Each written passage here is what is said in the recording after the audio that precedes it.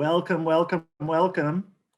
We are very grateful to have you all here today.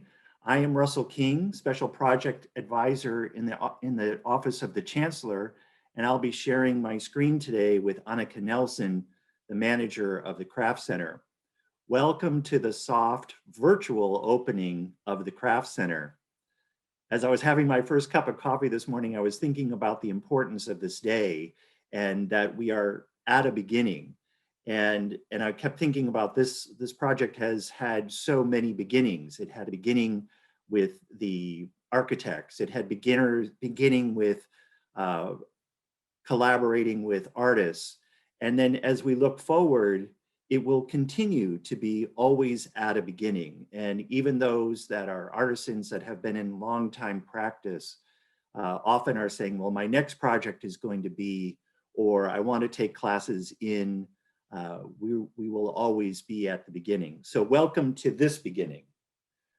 My story starts about 5 years ago when I became aware of an effort to revitalize the Craft Center. At this point in time, the Craft Center had been razed and was more of the past than in the present. The salvageable equipment had been sold or given away or carted to the landfill. But even so, there was still a strong community, faculty, staff, and student advocates who wanted to bring the Craft Center back to campus. Some of you are on the call today and you know who you are. Letting go of the old Craft Center and developing the new one was a tricky business. As a longtime UC San Diego employee, I am well aware of the original Craft Center. I had taken classes there and knew a number of people who had spent as much free time there as they could spare taking classes at the Craft Center. The original Craft Center was truly a beloved space. My work location was very close to the Craft Center, and I also took some weekend classes there.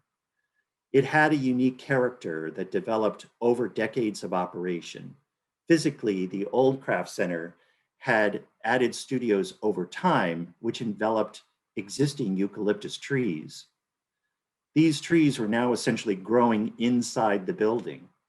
The original Craft Center was something of a DIY structure in the middle of a rapidly growing campus, which added to its unique character. The opportunity came along when the North Torrey Pines Living Learning Neighborhood was being developed. One of the goals of the North Torrey Pines Living Learning Neighborhood was to create a greater sense of community within a neighborhood environment. We work closely with Softy Rabinas architects located in Mission Hills in developing a new center. They recognize this as a great opportunity to further enliven the North Torrey Pines Living Learning Neighborhood. Our contractor, Clark Construction, was also a great partner and supported our efforts. So how did we get to Craft Center 2.0?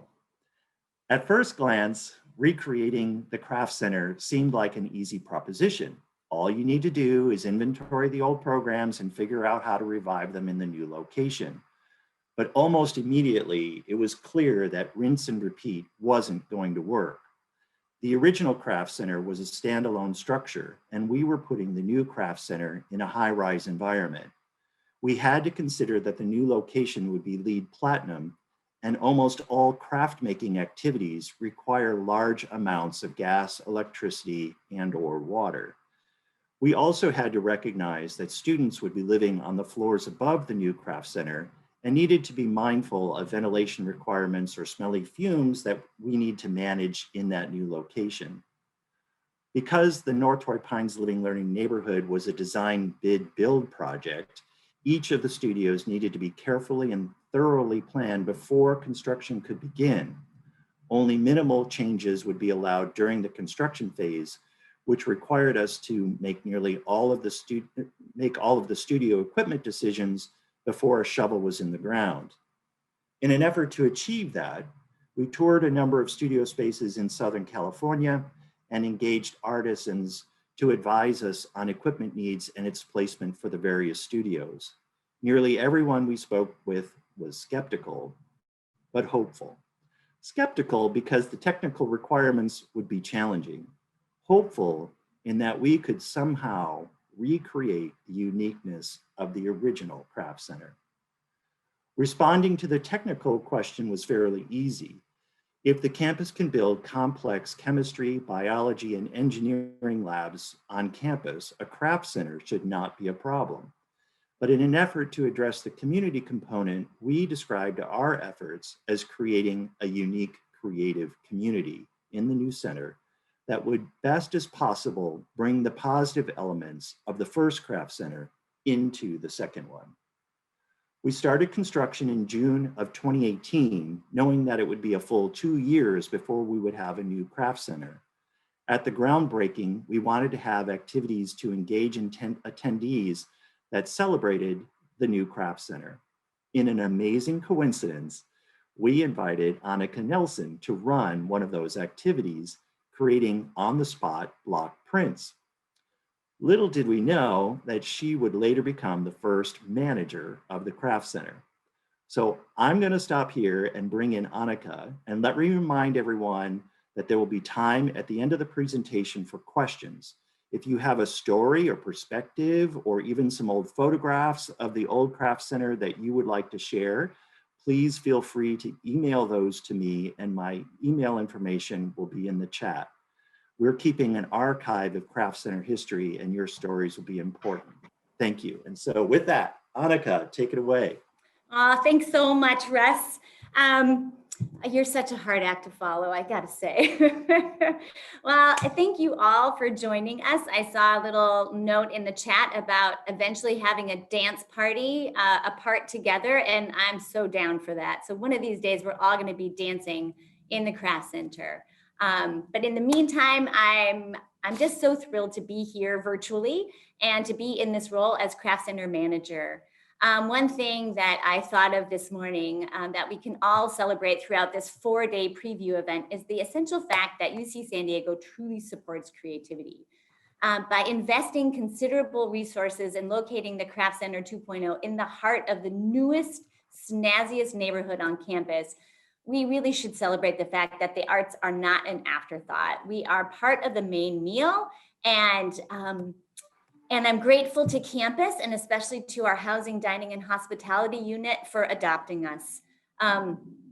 So the Craft Center, as Russ really alluded to, has a heart and soul all of its own. And every day I have the pleasure of talking to someone, whether that's a former Craft Center instructor, community volunteer, a new undergraduate student, campus computer programmers, and many others who are so excited to see this incredible resource come back. And they're all ready to jump in and help make this happen. That unique creative community that Russ talks about is alive and well and just yearning for a new place to set up shop. So I'm going to tell you a little bit about my background in more ways than one, as the daughter of an artist, as an art student, art instructor, and an arts administrator. I've been lucky to be involved in a unique creative community for as long as I can recall. And managing the Craft Center is the Olympics I've been training for my entire life. I received my master's in education with a focus on dual language education from San Diego State. Visual arts was my second language. And before that, I got my bachelor's degree in fine arts, specializing in printmaking at UC Santa Cruz. I started doing illustration and design work right out of college, but my first professional job was the Children's Museum, Museo de los Niños, in downtown San Diego back in the 90s, when downtown was still a little rough around the edges. And it is there that I really first truly saw how hungry people of all ages and all walks of life are for making things, for getting their hands dirty, and for exploring creative processes. Many times I observed adults essentially hijacking their child's art project under the guise of helping them. And as I gained more experience teaching art across age groups, I saw how people decided in around 3rd grade whether they were artistic or not. You ask a kindergartner to draw a tiger and they just do it. You ask a 5th grader and they tell you they don't know how. This observation really inspired me to dedicate myself to creating opportunities for adults to revisit their creative process. And essentially to reignite their curiosity about art making methods and media in supportive environments. My real goal is to sort of sideline or silence their inner critic, which takes some doing.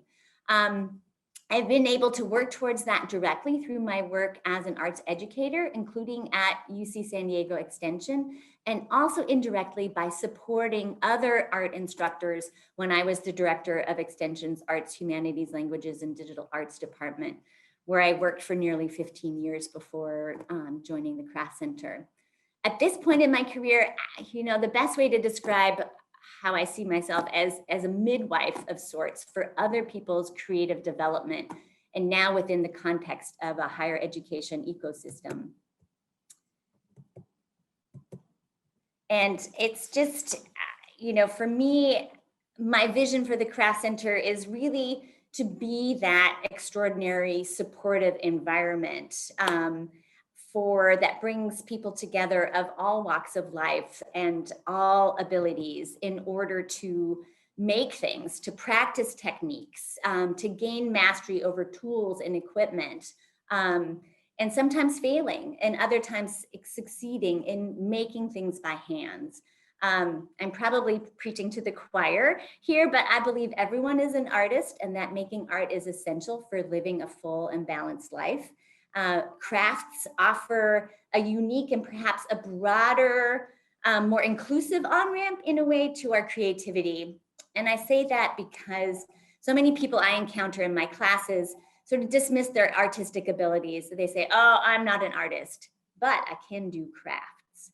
And this statement gives me a lot of hope, and I think a full license to throw open the doors wide to welcome anyone and everyone to the Craft Center. The Craft Center should be a true intersection space where people who wouldn't normally cross paths sit shoulder to shoulder, or, well, during this pandemic, 6 feet apart. A professor should learn how to roll out a slab of clay from a student worker. A local fiber artist should learn to make a bead from an East Coast glass artist. A lifelong surfer should learn how to make their first surfboard. And to build a truly, truly inclusive culture with equity, access, and inclusion baked into our DNA, we've been working with groups on and off campus as we consciously develop our organizational culture. And there's a lot more to this, and I'm sorry I can't sort of dive into the juicy details of this, but it's something that's really important to us, and something that we're leaning on everyone to help us create this amazing space. We're going to have exhibitions and craft fairs. We're going to have 1 hour lunchtime demos, weekend workshops, and quarter-length classes. There's going to be so many different entryways, to engage and be part of this unique creative community that will fit your time and your budget, right? It's about access. We'll provide a wide range of offerings in jewelry, glass art, woodworking, ceramics, surfboard shaping, mixed media, culinary arts, printmaking, my favorite. Well, they're all my favorite, and more. And you can meet some of these amazing artists and craftspeople who will be teaching all these in our Meet the Artist Zoom at noon today. They are truly the heart and soul of our center. But now, if you're ready, we can take a sneak peek at those amazing studios.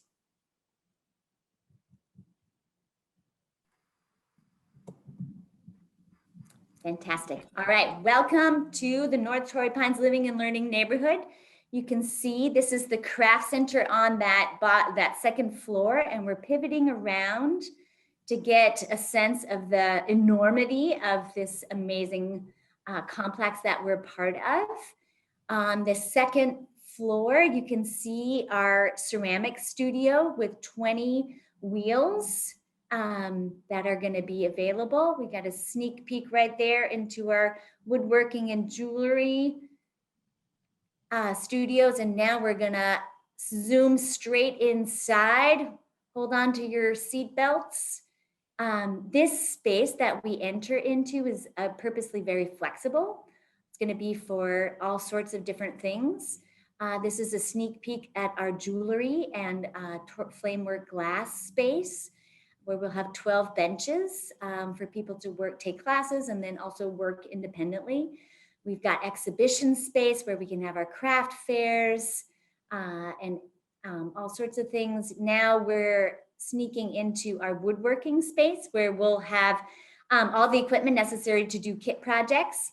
Another sneak peek at that flexible space. And now we're diving into the mixed media space where we can have everything from printmaking, illustration, weaving, macrame, mosaics, you name it. This is where we can have our dance party too. And now we're going to pivot into the ceramic studio where we really had allocated a lot of space. We've got 20 wheels here, electric wheels, huge, beautiful open glass doors, hand building and glazing studio, our bisque kilns right there, 2 huge cone 10 gas kilns. We have pug mills, spray booths, really state-of-the-art, amazing, amazing facilities that are hopefully well lit and welcoming. And now we go into our super secret space, surfboard shaping. We've got 5 shaping bays that are all designed by local shapers. We've got storage space and we've got a glassing space. This will help us really stand out from other shaping programs where you can really take a foam blank from start to finish. So you can go ride waves at Blacks with your very own board. And I'm thinking of starting a shape to shred club.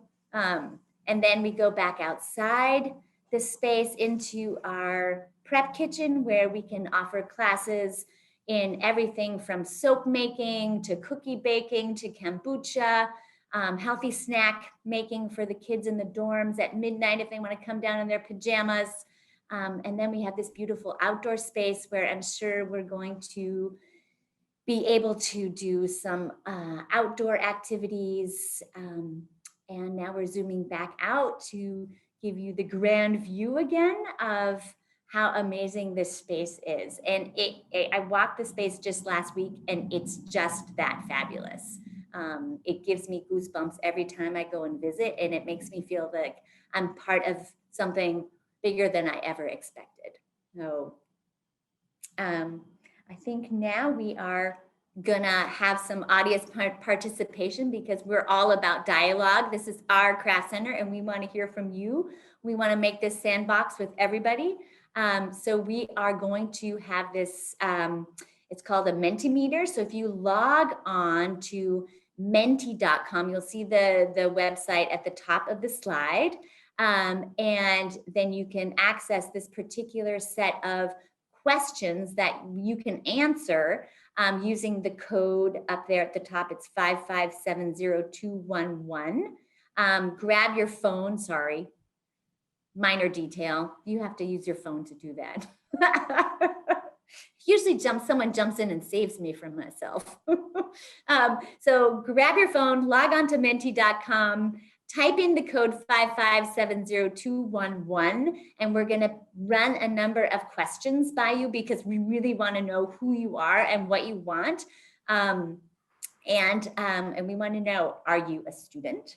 Are you a staff member? Are you faculty? Are you part of the community? We want to know who's showing up, who's showing up to show up, who's showing up, and who wants to play with us.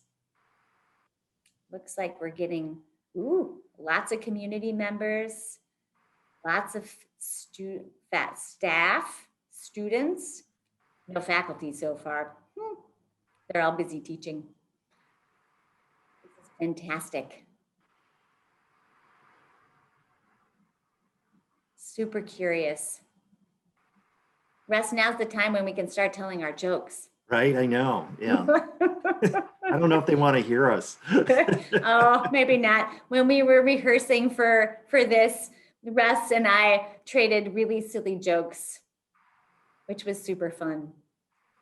Well, it looks like community is leading the way here and was fairly consistent. They were sort of lagging at the start, but probably once they either got on their phones or got on their computers onto the site, I think they kind of rolled in. So welcome everyone. Oh, thanks, another staff member. Thank you. But now, all right, for those that have been here for a while, Annika, you can start. Yes. I don't want to take your job here. Oh, I don't know. It's okay. We tag team. Okay, so the next question is, did you attend or visit the old craft center?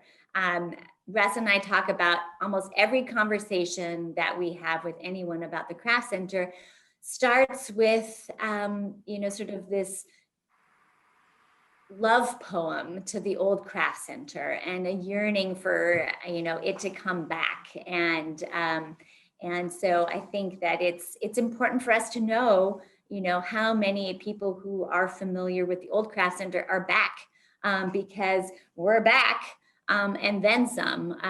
There's a lot of the previous craft center instructors who are pitching in as advisors, as new instructors, and who also want to take classes, because I think an important thing that Russ brought up is that the new craft center has some of the old, but also some new offerings that we didn't have before. And I think that's, also by virtue of where we're located, we had to sort of curate our offerings in a way that made sense, to be nestled within, a mixed use space. So it looks like, we Yeah. had people who, a lot of people who were aware of it, and they want to know, what, an old craft center? Yes, there was an old craft center, and it was built in the 1970s by a group of academics and artists. And as Russ described so eloquently at the beginning of this presentation, it was sort of built, it was a true DIY project that was built in a wonderful old eucalyptus grove. And towards the end, one could describe it as being held together by termites holding hands. So it had some issues, and but its soul is alive and well, and really sort of embedded in Craft Center 2.0. What's great to see about this is that there seems to be a number of people, well, actually the majority of the people that are joining us today had either no knowledge of the old craft center or didn't participate in the original craft center. So we're not quite 50-50 on the split from those that remember the old or were part of the old, but it's good to see so many new people joining this effort and being part of this discussion. And I saw a nice note from Christine. Hi, Christine. About the old craft center, whether we're going to have a sort of any space in the new craft center to celebrate the old craft center. And yes, I think we are going to have some sort of display that has our archival information about the old space. All right, but we're on to the next question, because we got a lot to talk about. Do you identify as an artist? And please tell us what disciplines you focus on or what you're most interested in. And, there's a lot of different art making methods in media. And so we had to sort of narrow in on a few choices: jewelry, woodworking, ceramics, mixed media, board shaping, and flame worked glass art are some of the ones that we wanted to highlight. And we are going to include, we'll put it probably in the chat, what the Craft Center email address is. We are always curious to know what you want, whether you want to take classes, whether you want to teach classes, whether you want to exhibit. One of the things I think that's amazing is there's so much hidden talent in this community, both on and off campus. It's amazing to me to learn about these people who are, professors in the engineering department, but are, sort of also just amazing quilters on the side. And you would never know that, beyond their engineering role on campus, that, maybe we could have an exhibit of their quilts. And so that's another thing that I'm really excited about doing, is really sort of making visible some of these secret artisans that we have among us. What's your secret craft? I want to know. All right. Well, this it looks looks like great. Yeah, this is really, really great. That's really great. Oh, and that's true. Many Torrey Pines docents are also secret ceramicists. I know a few of them. Arlene Paw.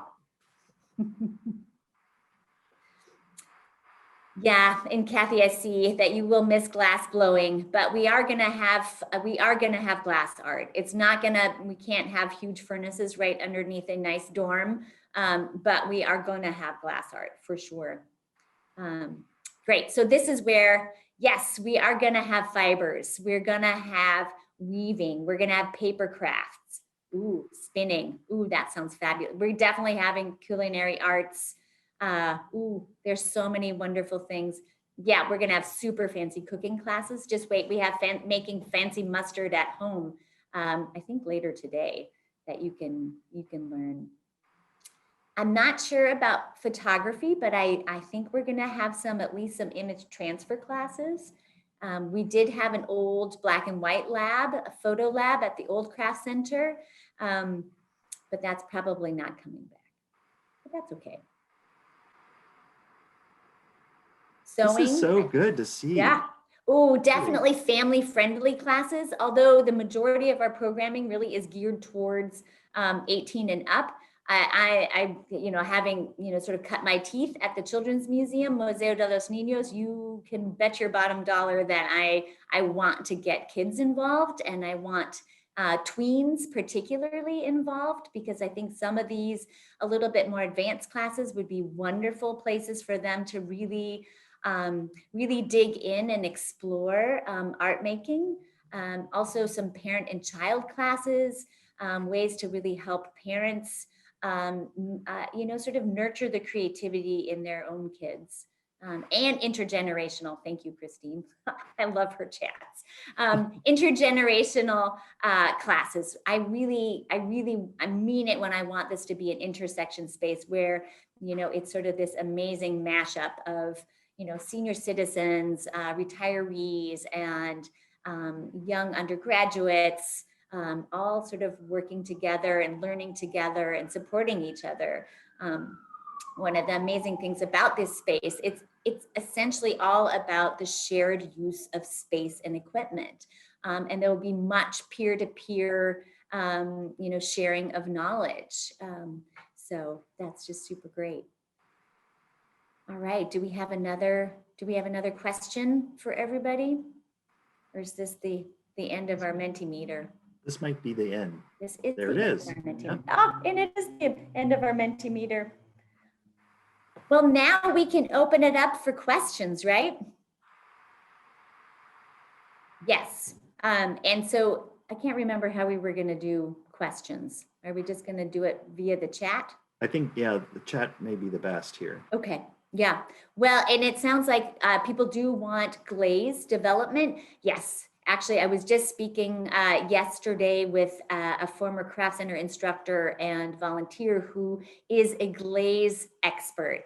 And she stands ready to jump in and share her expertise with us in terms of not only setting up the space, which is really critical, but then also in teaching classes, teaching instructors also, her particular expertise, and also then sharing her knowledge with students.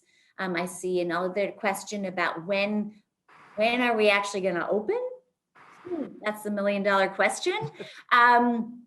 We are going to be focusing next on getting the space up and running. And that is a huge task. As Russ likes to remind me, the old craft center wasn't built in, 7 days or less, or 2 years, but we are going to be focusing on rolling in those huge kilns, getting those hooked up, bringing in all that amazing equipment, working with the instructors to make sure it's set up properly. And that's going to be our focus.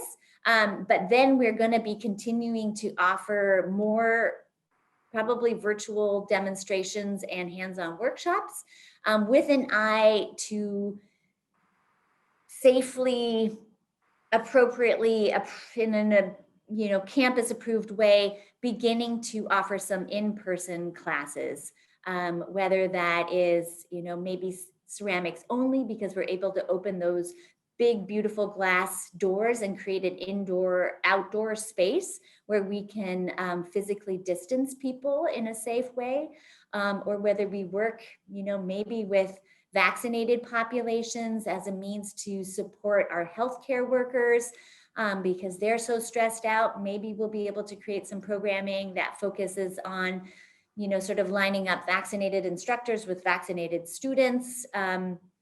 We don't know yet. So you're going to have to sort of keep an finger on the tab of us by signing up for our newsletter, or by following us on social media or checking back on our website. We're working really, really hard to continue this conversation now that we've put ourselves out there and said hello to everybody. We're not going to disappear. We will keep you apprised of everything that we're doing, and hopefully soon enough we'll have this pandemic in our rearview mirror, and we're going to have that dance party. Yeah, Annika, let me give you a chance to take a breath here, and let me talk about parking and bike parking. One of the things that came up frequently when we were developing the craft center, when we were talking about the old craft center, and of course, anytime that you talk about UCSD, parking.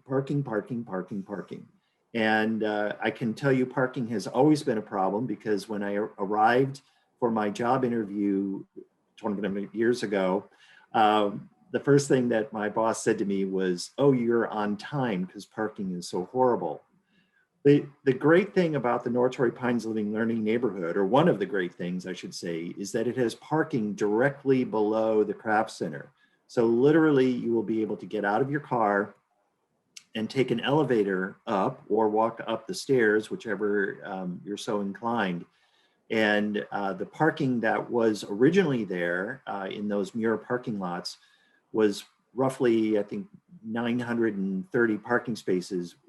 The parking spaces now below ground are 1,200. So we increased the percentage of parking available at this location and have direct parking access to the craft center. So yes, it will also be on the shuttle loop. So should you be moving around on the shuttle, you can access it.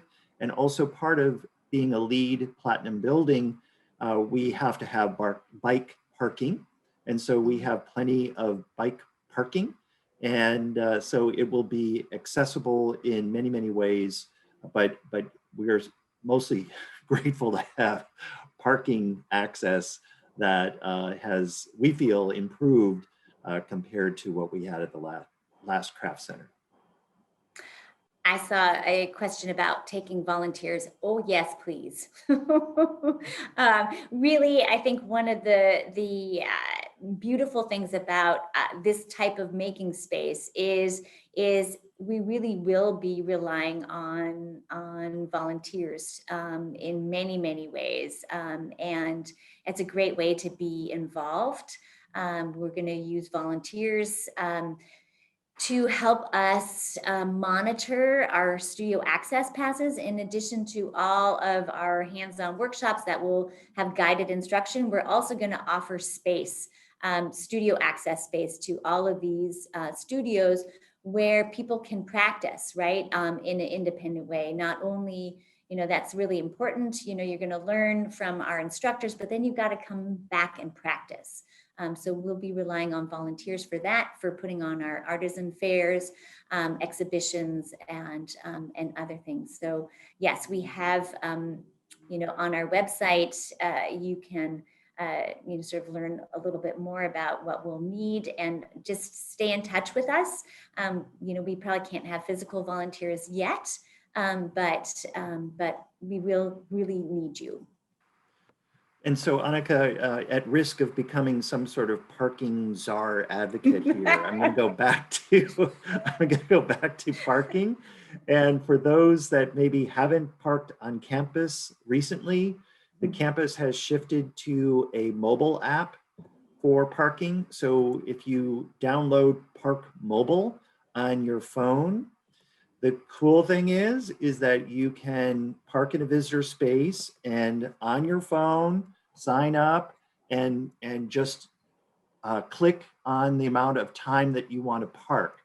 Mhm. The really, really, really cool part of this is that it will send you a text when your parking is about to expire and say, do you want to park more or do you need more time? And I always do. So I'm always grateful that I'm able to do that through my phone and not have to get up and run and feed a meter. So this, parking, parking on UCSD campus, I have lots of PTSD from parking.